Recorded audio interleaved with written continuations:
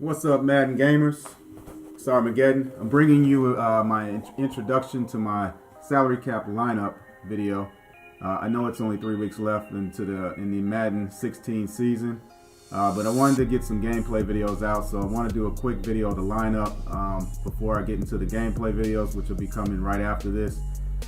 Real quick, going through the offensive line, I got 3 of the NFL draft rookies on here. I really like those for the balance of run block and pass block. Along, they got pretty good strength and impact block, or decent for offensive linemen in the salary cap range of 26 to 28. So I didn't spend any more than 28 cap value on anybody on the offensive line, but it's so far so good. Been holding up pretty well. Been able to run the ball.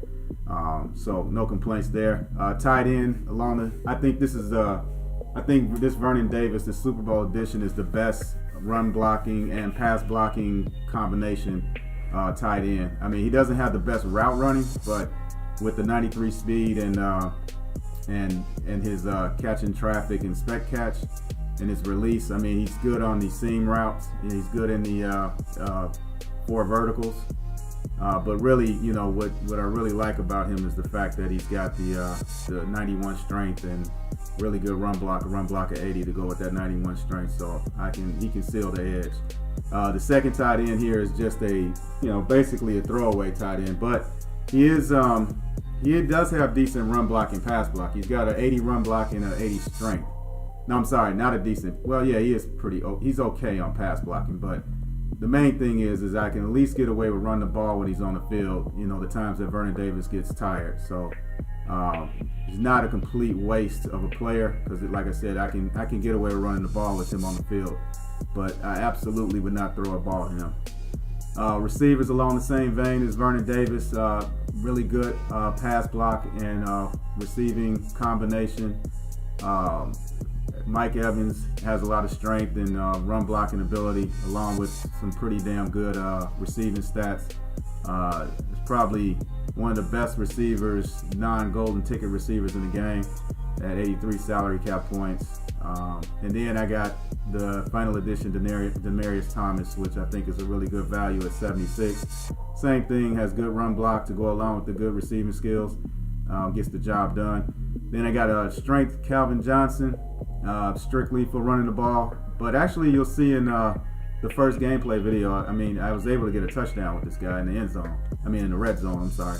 So that's a huge bonus if I can get a reception with him. He's got some good receiving stats. He's just slow.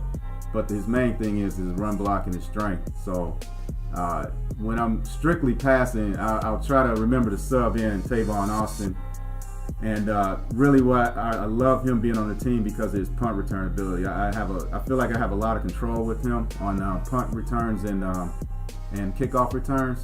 Just his ability to juke and his 95 speed, his elusiveness being 94 and agility being pretty high.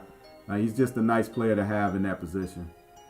So at running back, I have just the all-around Steven Jackson flashback card. Just does everything well. Doesn't have the greatest speed, but gets the job done with 93 acceleration. His trucking is 96. His carry is 99. He's great out of the backfield. He's a very good pass protector when passing, when I leave him in the block. So no complaints there. I just got this Whitlock guy here, this fullback here, just so I can sub Steven Jackson to fullback when I'm on the goal line. I like to run the fullback dive like everybody else. So that's the only reason why I have a flex spot here. And same thing with Tucker. Tucker's a decent fullback for 5 salary cap points. Once again, it's kind of a throwaway position. Don't really use a fullback in a lot of the formations I run, except goal line. But he doesn't get the ball. But if I'm running maybe I form or something like that, I have been able to throw it to him out of the backfield on a rollout. But that's very rare that I'll ever do that. And Romo, I love this Romo for 64 salary cap points. He's got 90s and everything pretty much. I know you might say speed is a question at 65, but come on guys, all these quarterbacks run the same speed behind the line of scrimmage. And I just don't have good luck with scrambling with the quarterbacks. I tend to fumble. It seems like every time I scramble, I fumble with a quarterback. So I just don't really do it. It's not part of my game. I mean, I've played guys that do it very well, and it's frustrating. And you have to send a spy and all that stuff. But that's just not the way I play. So I don't really care too much about quarterback speed. And he's got all the throwing attributes that you would want. And let's go over to the defense. So I got the MUT All-Star, the two MUT All-Stars that everybody probably has in their lineup is Askew and Valentine, because of their speed and acceleration and their salary cap value. They're just great budget players when it comes to salary cap value points. So you got to find a spot for them on your team. And then you kind of fill in the rest. I got my pass rushers, Bulware and Taylor. Didn't go crazy with the salary cap points here, to make everything fit. 54 and 52 points. Get some block shed pressure, and they're not speed demons by any means, but they are going to block shed for me, and that's why they're there. I don't really ask them, put them in any situations to do any crazy things like man coverage or anything like that. You'll see I primarily play zone, and I play the 1-4-6. So I play cover 4 drop and cover 2 zone and cover 3 zone. I really don't play a lot of man. So here I have Dupree. He's primarily my user linebacker. He's tall, he's 6'4". He's still fast. His gold card is pretty fast, 90 speed. He's got good agility, so he can cut pretty well when you're usering, and got good hands. I mean, he doesn't drop the interceptions. And if I leave him, if I just leave him on his own, I mean, his 72 zone is adequate, and then the hit power 90 is a plus. So right here I got the Greg Lloyd Speed Edition Ultimate Legend. I mean, he's strictly there because he's the looping linebacker in the 1-4-6 when I run the blitz. So I mean, he's got one job, and that's just to loop in and try to destroy the quarterback. So that's why I got him here. I had the Derek Brooks Speed Edition Ultimate Legend, but the Greg Lloyd is actually 1 point faster in speed and 1 point faster in accelerations, and he has a very respectable 87 zone coverage. So like I said, if I'm using the Dupree and then I have Lloyd dropping back in that cover 4, he's pretty good with 94. With the 87 zone coverage and the 92 pursuit. And I just mentioned, I already talked about the Askew. Now this Deion Sanders is in the dime position, so that's the inside cornerback on the right hand side. He's in the dime in my 1-4-6. He's there because he's a strength addition. I don't put him in a situation where he's got to drop back in the coverage too much. He will get burned because he's so slow. Same thing goes with the nickel position, Rob Woodson. See his speed is only 83, but it's hit power, and along the same lines of the Sanders, their hit power and their ability to block shed to stop the inside zone, to help out with the inside zone. That's what they're there for. If I get drags underneath, I mean, these guys are great to come up with their hit power. This Sanders has a 97 strength. I mean, he's in the 90 hit power, so he's pretty ridiculous in that aspect.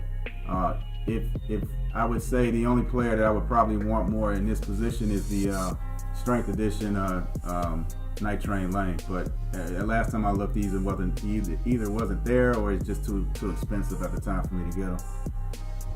Here along the lines of block shed and strength is the same thing with my corners. With them being in the cover 2 zone, they're not dropping back in blues. They're in the light blues for the most part, so they're close to the line of scrimmage. So they can help out with the run. I want them to be able to block shed those receivers and come in and help on the run. So they're pretty, they both have a lot of strength, like this Ronnie Lott and Tillman. So 68 and 50 salary cap value. I mean, Tillman's got some really good attributes with 97 speed, 97 acceleration. I mean, his zone coverage is 98. Ronnie Lott is 92 and 93 speed and acceleration, and a respectable zone coverage of 91. And then this Talib I have here because he's really good in zone for 28 salary cap points, and I use him to sub in the dime position when guys are running 4 verticals trying to hit me in that seam, because the Sanders is just too slow for me to put him into a deep blue. So he's just like a chess piece, just an adjustment that I use. I'll put him in at the dime and put him in a deep blue when somebody's running 4 verticals, real tough on me. And then right here in this right, I don't use a right end because I run the 1-4-6 and you only need 1 lineman, whether it be a defensive lineman or a defensive end. So these are throwaway positions. These are lowest valued defensive players you can put right here, just 5s. So like I said, it's a throwaway position. Same thing here in the defensive tackle position. I don't use them. I don't use a defensive tackle, so the lowest you can do is an 8. So those two positions are 8 apiece. And I use the Javon Curse. So this is the lineman that I'm using in the 1-4-6. So he makes up the 1, and he's the speed edition. And you can see his speed is 98, which is ridiculous, and his acceleration is 101. So that takes care of the defensive side of the ball. And then we just got the special teams. I mean, I just got the really just the cheapest, the lowest valued punter and kicker I can find. I might be able to upgrade them a little bit since I have 5 points remaining in my cap, under the cap, and everything else is pretty normal. And like I said, I love Tavon Austin at kick returner. So that's the lineup. Expect to see some gameplay coming out shortly. Thank you for watching. Please subscribe and stay woke.